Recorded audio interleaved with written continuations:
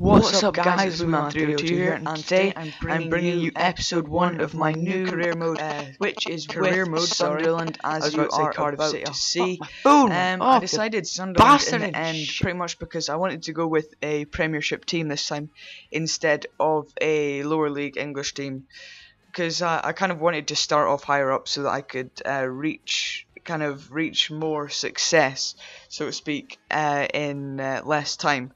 But I didn't want to start off at one of the big clubs, because I thought, I don't really find that much fun starting off at a big club.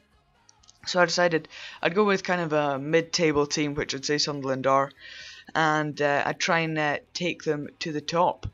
But anyway, some people were a bit annoyed that I stopped the last one, because I fully understand that, but I wasn't really enjoying the squad that I'd bought anymore, really. So if you kind of understand what I mean there, I wasn't really I was playing games and I wasn't fully enjoying it as much as I was in the first season when I was in the Championship and when I was making the signings.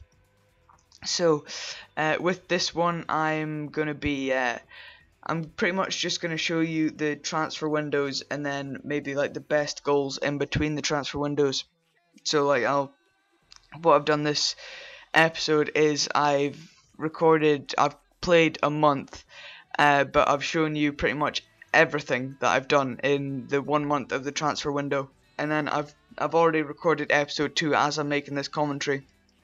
But it's just, episode 2 is just a live commentary, and I don't really get anywhere in it. I think I only simulate 2 days or something like that in it, so I don't really do that much in the next episode, just as a word of warning. But I think the objectives for Sunderland are, they want us to finish mid-table, and they want us to reach the semi-final of the domestic cup, which is the FA Cup. And I'm showing you here what the team was. This is the team that was already there. So this is what the computer kind of gave me as a starter. And there's some decent players in there, some players which go to high potential. For instance, Adam Johnson, who I've not got to yet, goes to 85 overall. And well, obviously Connor Wickham, as most people know, he goes to pretty good overall in the end. I don't think Sessegnon grows that much, but most of the players in the Sunderland team grow about at least 2, I think, from what I can remember. So it's quite a good team to start with. I was in between choosing this and, well, choosing Sunderland and choosing Newcastle, but I decided, Sunderland had a bit less money, so it was a bit more of a challenge. And they also had, well, in my opinion, a squad that wasn't really as good as Newcastle, so there's much more to do with Sunderland than there is with Newcastle, which is the main reason why I chose it. And I was also looking at Fulham, but they don't really have a very good squad in terms of player growth and kind of young players, so to speak. So I decided, in the end, I would go with Sunderland. Well, I know some of my friends support Sunderland as well, so it almost made sense to just pick them.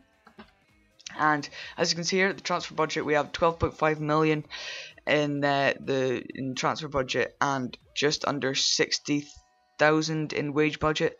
So I decided to show you the shortlist of what I have, and I have Nastasic, Thomas Klaas, who is a really good player, Ogbonna, El Shaarawy, Verratti, who's a really good centre mid that grows to about 84 from what I can remember. So he grows quite a lot. He'd be one of the signings for the future, and that's what I'm going to split the categories into. I'm going to maybe make two or three signings that are younger players that are going to grow into better players, and maybe another 2 or 3 that are already good players and that are just going to be solid for the team and just improve the team right now rather than improve the team in the future. So what I was doing here was I was comparing pretty much these 3 centre backs, Nastasic, Thomas Klaas and Ogbonna. Obviously Ogbonna was the best one, but he cost far more. From what I can remember, when I put in an inquiry for Ogbonna, I they were asking for 10 million, which was just far too much considering I only have 12.5 million. So I wanted to choose another centre back, but I ended up going for Ibrahim Mbe, I think. Please correct me if I'm pronouncing his name wrong, as a future player that's going to grow to a lot. And I offered Inter Milan John O'Shea as well as a bit of money, because I thought, you know, instead of just ordinarily selling players and using the money to go back in, I thought I would use players as kind of you know, so that I can save more money, because as well, when I'm pretty sure most people would know this, but when you sell a player, the board doesn't give you all the money that you get for that player.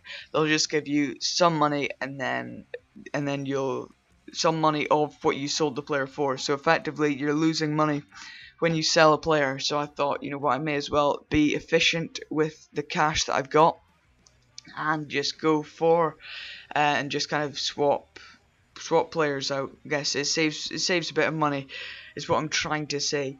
But I strang that out quite a lot, didn't I? That was quite bad. So we went for Deulofeu, I think. I think I'm pronouncing it right, saying Deulofeu. Once again, not 100% sure. I also sold Mailer because he's just a young player, so I thought it'll free up a bit more cash. The first offer was rejected for Mbe, so I decided to. I think I increased. Yeah, I just increased. I think one of the players I swapped, the player that I was going to swap, that I was wanting to kind of get rid of in the transfer deal. And unfortunately, I was trying my best to make Barcelona kind of loan me Montoya, but with an option to buy at the end of the season. But they weren't having it. I tried quite a few times, from what I can remember, and I went up. I think that my final offer was 5.9, I think, or 5.8. I can't really remember. Was the final one that I settled for, but they really just did not want to get rid of him at the end of the season, and they were really being quite stubborn with it. Unfortunately, the Deulofeu rejected the first offer because I didn't see the player demands. I wasn't looking at that first time around. If I was, I would have just straight up offered him £6,000.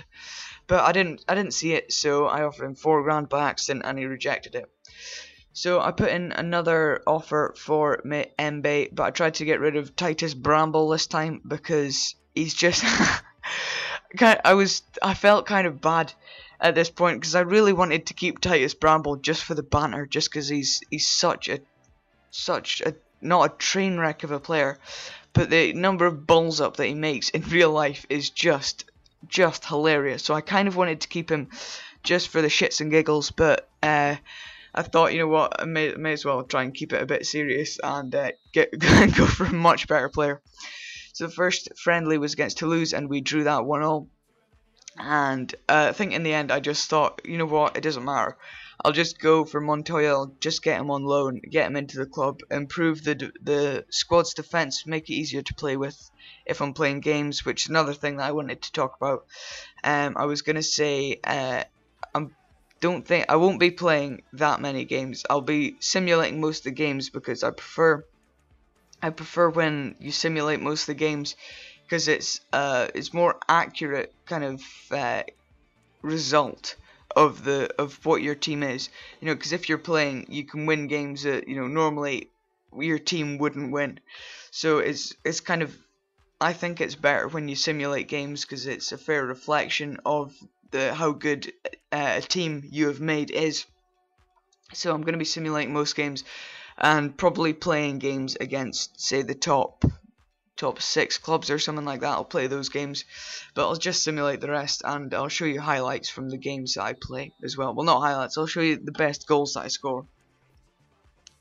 So I think Deulofeu accepted the final contract offer that I made him, which is very good, which means he's into the club, and also Barcelona accepted the loan for Montoya, which is all good in the hood, which means we have now got 2 new signings in Deulofeu and Montoya, which are going to go straight into the squad, and that really does help us out there, because Sunderland have quite a number. I think it's about 10 to 12, I'd say, like really young players that are just really bad but maybe grow a bit, but they're worth nothing as well, so I can't really sell them off either. So I'm gonna take this time to ask you guys what I'm trying to think of the words to say. Any suggestions, that is, for players that I could buy. As you can see, the how much I have there, and I also have I can probably generate about 5 million from selling players as well. And bear in mind that I think we get maybe, I can't really remember if we get them or not. But anyway, just leave a comment with your suggestions for players, and if I sign the player, I will say out your name in the next video. So I hope you enjoy this, and I will catch you in the next one.